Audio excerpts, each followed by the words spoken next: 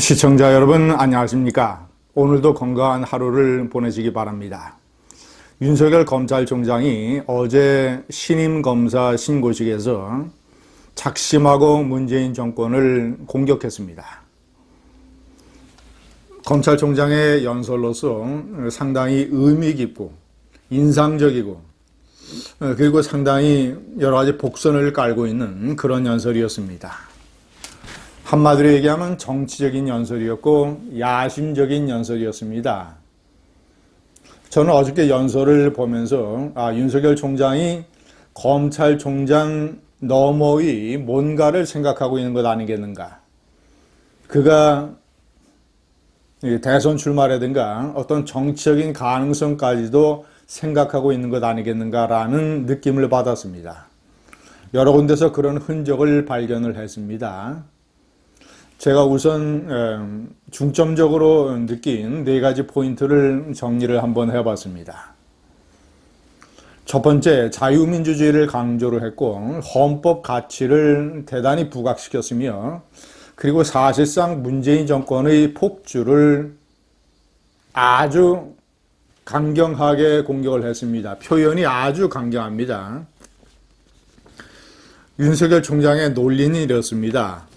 검사라고 하는 것은 기본적으로 형법을 지키는 것이다. 형사법. 맞죠? 민법이 아니라 형법. 그런데 이 형법이라고 하는 것은 법률을 정점으로 하는, 헌법을 정점으로 하는 일종의 법률 체계의 가장 핵심적인 부분이다. 다른 법률의 실효성을 담보하는 핵심적인 법률이자 헌법 가치를 지키는 헌법 보장 법률이 형사법입니다. 그러니까 형사법을 수호하는 검사들은 이 윤석열 총장의 논리로 따지면 헌법을 보장하는 호위 무사들이죠. 검사는 언제나 헌법 가치를 지킨다는 엄숙한 마음 자세를 가져야 한다.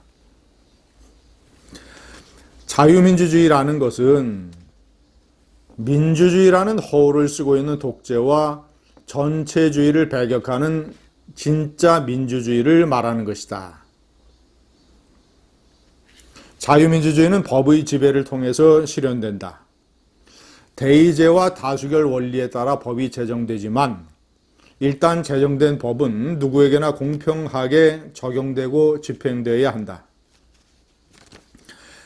민주주의라는 허울을 쓰고 있는 독재와 전체주의를 배격하는 진짜 민주주의. 이것은 검찰총장으로서 대단히 무게 있고 상당히 정권의 입장으로 봤을 때는 위험한 발언입니다. 민주주의라는 허울을 쓰고 있는 독재와 전체주의. 사실상 이 문재인과 문재인 정권의 독재와 전체주의를 얘기하는 것 아니겠습니까? 말로는 민주주의의 화신이라고 얘기하는 이 좌파들. 그러나 실제로는 우파보다도 훨씬 더 민주주의를 파괴하고 독재적 성격을 드러내는 좌파 독재. 이것을 바로 얘기한 것 아니겠습니까? 구체적으로 따지면 예를 들어서 울산 선거 개입 공작 사건이라든가 제가 두 번째 명기를 했습니다. 아니면 어떤 이 법의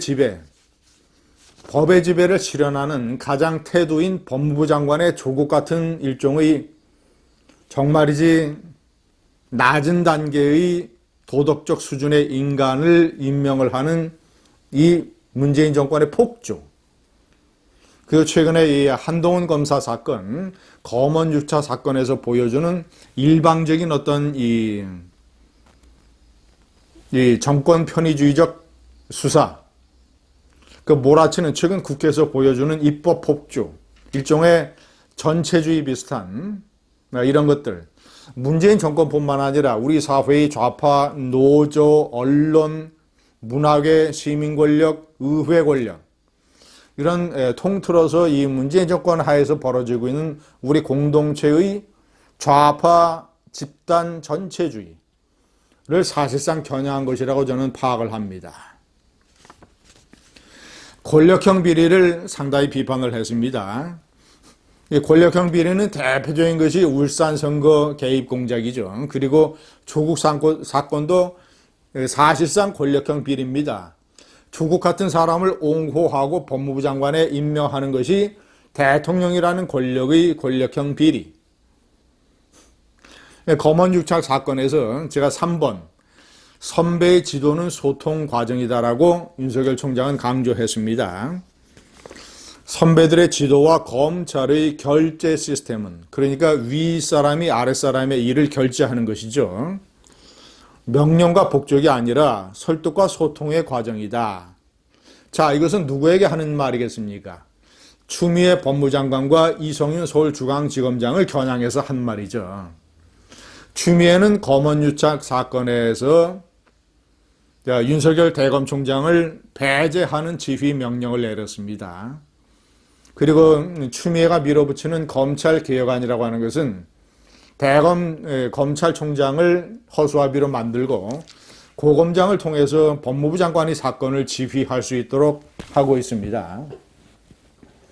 이성윤 서울중앙지검장은 최근에 한동훈 수사를 강행하는 것이라든가 압수수색 영장에서 벌어진 완전 막장 폭력 사태라든가 완전히 대통령의 경희대법대 후배라고 해서 문재인이 아끼는 차기 검찰총장 후보 제1순위라고 해서 대검 검찰총장을 완전히 무시하는 이런 행태를 보이는 것을 선배의 지도를 소통 과정이라고 생각을 해야 된다.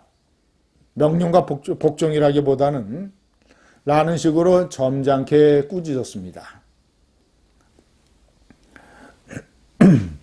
제가 마지막으로 상당히 주목한 것은 연설 마지막 부분에 있었던 케네디 대통령의 명연설 대사 취임연설에서 했던 국가가 당신들을 위해 무엇을 해줄 것인가를 묻지 말고 당신들이 국가를 위해서 무엇을 할 것인가를 물어라.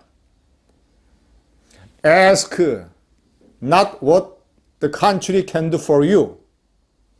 Ask what you can do for the country. 자, 이것을 인용을 해서 이렇게 얘기를 했습니다. 국가와 검찰 조직이 여러분의 지위와 장래를 어떻게 보장해 줄 것인가 묻지 말고 여러분이 국민과 국가를 위해 어떻게 일할 것인가 끊임없이 자문하라.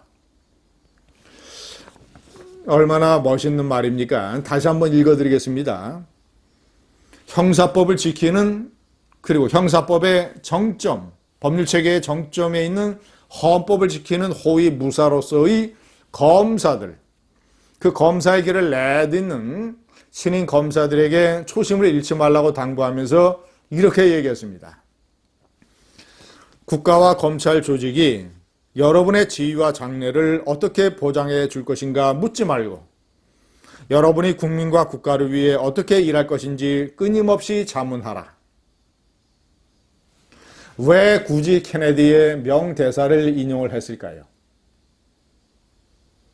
물론 단순하게 그럴 수도 있겠습니다만 저는 상당히 마지막 부분에 국가와 국민을 강조한 것, 단순히 무슨 형사법을 잘 수호해라, 구속영장을 최대한 자제해라, 공판 중심의 수사 대비체제를 갖춰라, 이런 것들 검찰총장으로서 의당할 수 있는 이런 부분 말미에 왜 구테여 케네디 명연설을 집어넣었을까요?